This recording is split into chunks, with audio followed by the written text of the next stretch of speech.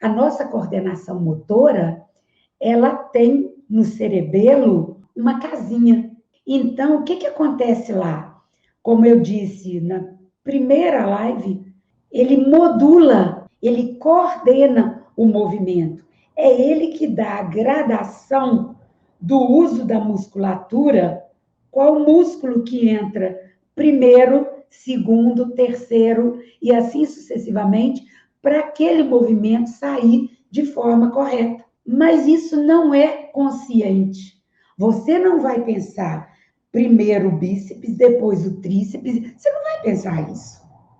Quem pensa isso é a propriocepção. E que encaminha ao cérebro, a área motora, que encaminha ao cerebelo, que coordena o movimento, que ajusta a temporização da musculatura, para enviar aos neurônios motores, como nós falamos na live da sensação, para que haja, que é o mecanismo efetor do movimento, para que haja a resposta. Então, nessa segunda fase, que é associativa, isso aí, que eu disse agora, está acontecendo. Cria-se uma memória motora, articulação, fusos neuromusculares. Isso cria uma memória motora. Angulação, força que você usa para executar aquele movimento.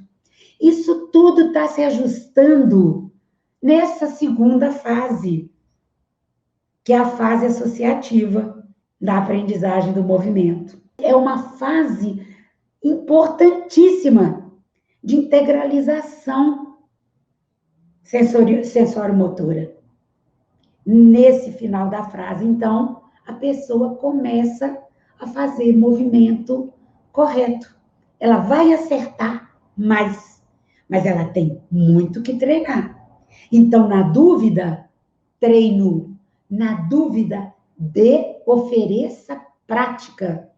Ofereça variabilidade de prática, ou seja, diferentes formas de uso da musculatura para dar aquela resposta motora, para a criança conseguir generalizar a resposta em diferentes situações. Essa é a terminologia usada pelo McGill, que eu acabei de falar. Na terminologia usada pelo Maynard Schnabel, ele fala o quê? Que é a fase de desenvolvimento da coordenação fina. O que é o desenvolvimento da coordenação fina? É exatamente o que eu expliquei. Ele começa a refinar movimentos. Refinar, que eu estou falando, não é movimento só de pequenos grupos musculares, não. Isso é outra coisa. Ele começa a fazer os grandes movimentos. A Daiane fazia um duplo mortal twist carpado refinado. Um movimento de grandes grupos musculares. Um pintor, que você vê ali quantas vezes sentado nas calçadas, fazendo quadros maravilhosos, ele executa aquela beleza ali. Ele já está na fase autônoma, né? Mas vamos dizer assim, ele passou pela fase associativa de desenvolvimento da coordenação fina. Então, independente de grandes ou pequenos grupos musculares, na aprendizagem de movimento, você vai passar pelo desenvolvimento da coordenação fina e desenvolvimento da coordenação grossa.